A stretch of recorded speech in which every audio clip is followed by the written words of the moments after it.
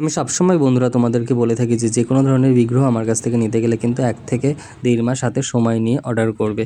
না হলে কোনোভাবেই আমার পক্ষে তোমাদেরকে মূর্তি দেওয়া পসিবল হবে না। এখনও আমার যে অর্ডারগুলো নেওয়া হয়ে গেছিলো সেই অর্ডারের কাজগুলো কিন্তু আমি এখনও কমপ্লিট করতে উঠতে পারিনি। ওই জন্য কিন্তু নতুন করে কোনো বিগ্রহই আমার পক্ষে তৈরি করা সম্ভব হচ্ছে না। তাই বলছি, সরস্বতী মূর্তি বাদে যে কোনো ধরনের বিগ্রহ অর্ডার করতে চাইলে করতে পারো, সেটা আমি অর্ডার নিতে পারি। যে মূর্তিটা তোমাদের সামনে ভিডিওর মাধ্যমে দেখাচ্ছি, এই মূর্তিটা অর্ডার করেছিল একটা দিদিভাই।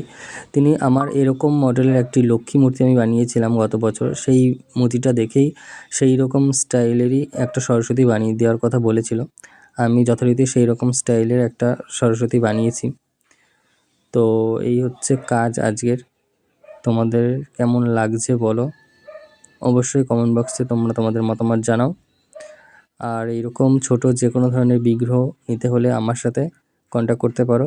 অবশ্যই হাতে সময় নিয়ে যোগাযোগ করো। আমার কন্ট্যাক্ট নাম্বার ভিডিওর ডেসক্রিপশনে বা ভিডিওতেই আমি দিয়ে দিচ্ছি, সেখান থেকে তোমরা যোগাযোগ করে নিও। অনেক কাজ তোমাদের সাথে শেয়ার করা বাকি আছে, সেগুলো একে একে তোমাদের সাথে শেয়ার করবো, দেখতে থাকো। আমার ফেসবুক পেজটিকে অবশ্যই তোমরা ফলো করে রাখো।